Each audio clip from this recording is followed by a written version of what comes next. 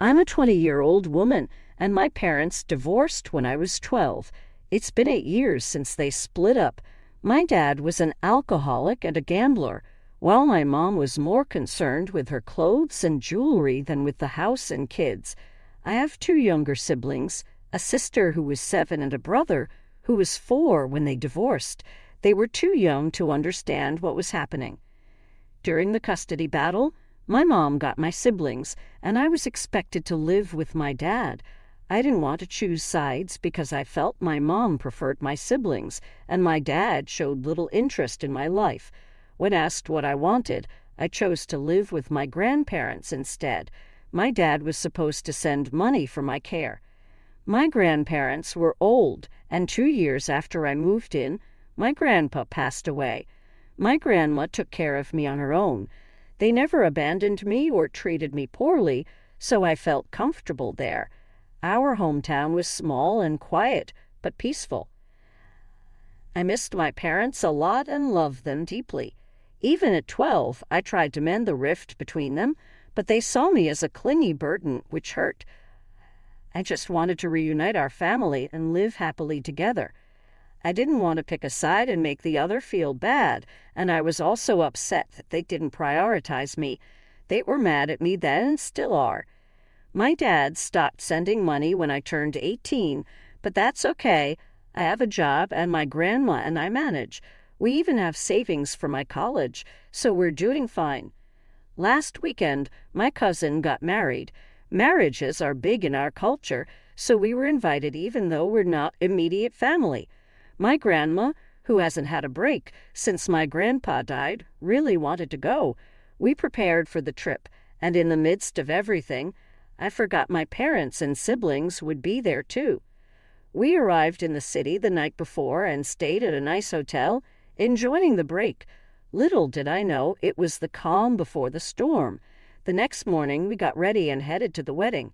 I saw my parents there, and a single teardrop left my eye. They were talking, smiling, and giggling together. My little brother, now 12, walked past me without recognizing me, which was okay. My sister, who is now 16 and looks like a model, was running after him. I'm proud of her for taking care of my brother. She looks so grown up and sounds more mature. My grandma pulled me to the side and told me not to stir anything up with my parents as it would ruin my cousin's wedding. After the ceremony, during the reception, my mother bumped into me. She immediately recognized me and pulled me aside to talk. I noticed she was still wearing her wedding ring, which felt strange. She wasted no time asking why I was there. I braced myself for her rude comments. My dad joined us, greeting me warmly, and we talked. During the conversation, I learned they had gotten back together because my younger siblings wanted them to. It hurt that my opinions were never considered, but one request from my siblings was enough for them to reconcile. The whole conversation made me feel like a failure. My parents' snarky comments about me abandoning them and not being there when they needed me broke my heart. I started crying, and they made another snarky remark about my tears being due to regret, telling me I would never have a place in their happy family. My grandma stepped in, telling them to stop and that I didn't need them anyway. We left, but I felt miserable. I had tried so hard to save them and was just dropped because I didn't pick a side. My grandma tried to console me, but it didn't help. I kept asking myself if I had done anything wrong by not picking a side. Would it have made a difference if I had tried harder? These questions kept messing with my mind. To clarify, my grandma and I don't struggle financially. I haven't interacted much with my siblings, nor do I blame or hate them. We used to be close when we were younger, but it's normal for them to forget about me since we haven't spoken much. My grandparents were protective of me, so I never really went out or had anyone to confide in, leaving just me and my thoughts. Yesterday, my parents came over. My grandma invited them, and she made us all sit together to talk and try to improve the situation. She pointed out everything I went through in high school, the bullying, my mental health, and I saw a bit of sympathy in their eyes, but it didn't make a difference. They defended themselves by saying I was given a choice, but didn't make it. This seemed so ridiculous to me that I snapped. I started crying and told them how hard I tried to keep them together, but nothing worked. They said they'd always feel betrayed by me and could never form an emotional bond with me. My mom pointed out how all their problems started after I was born and improved after I left, implying I was the problem.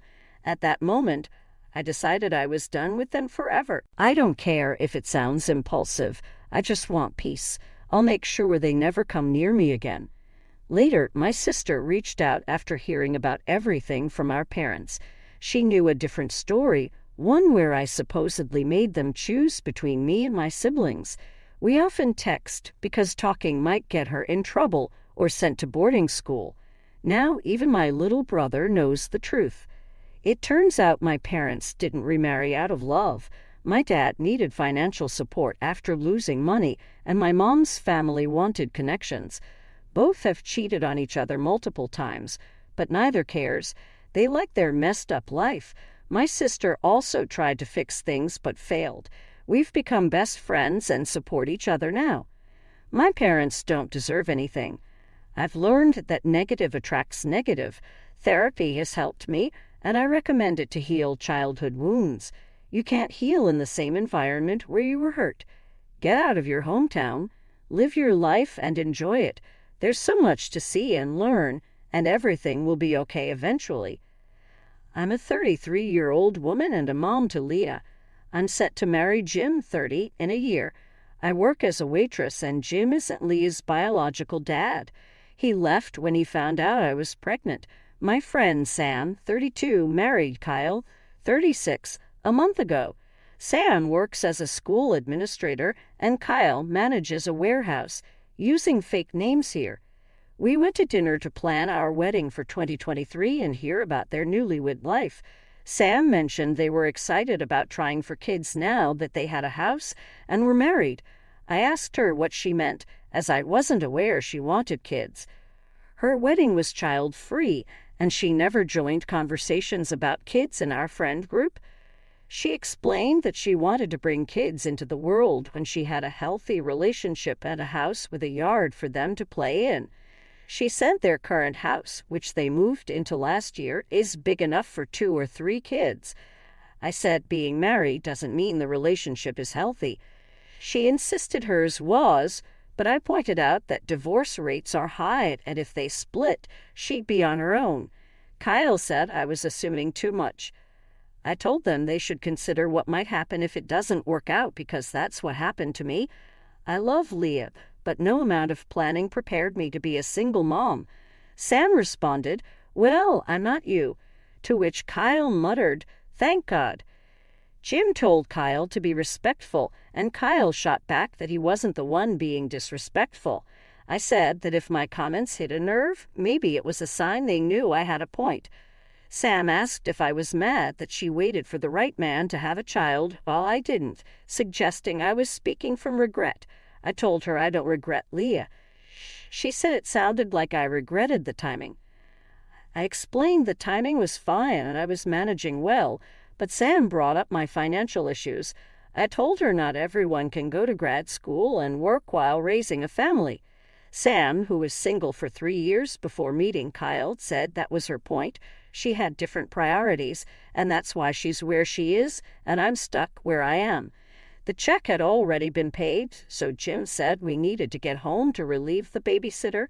I've told our friend group what happened, and they say it was my fault for criticizing Sam's choices.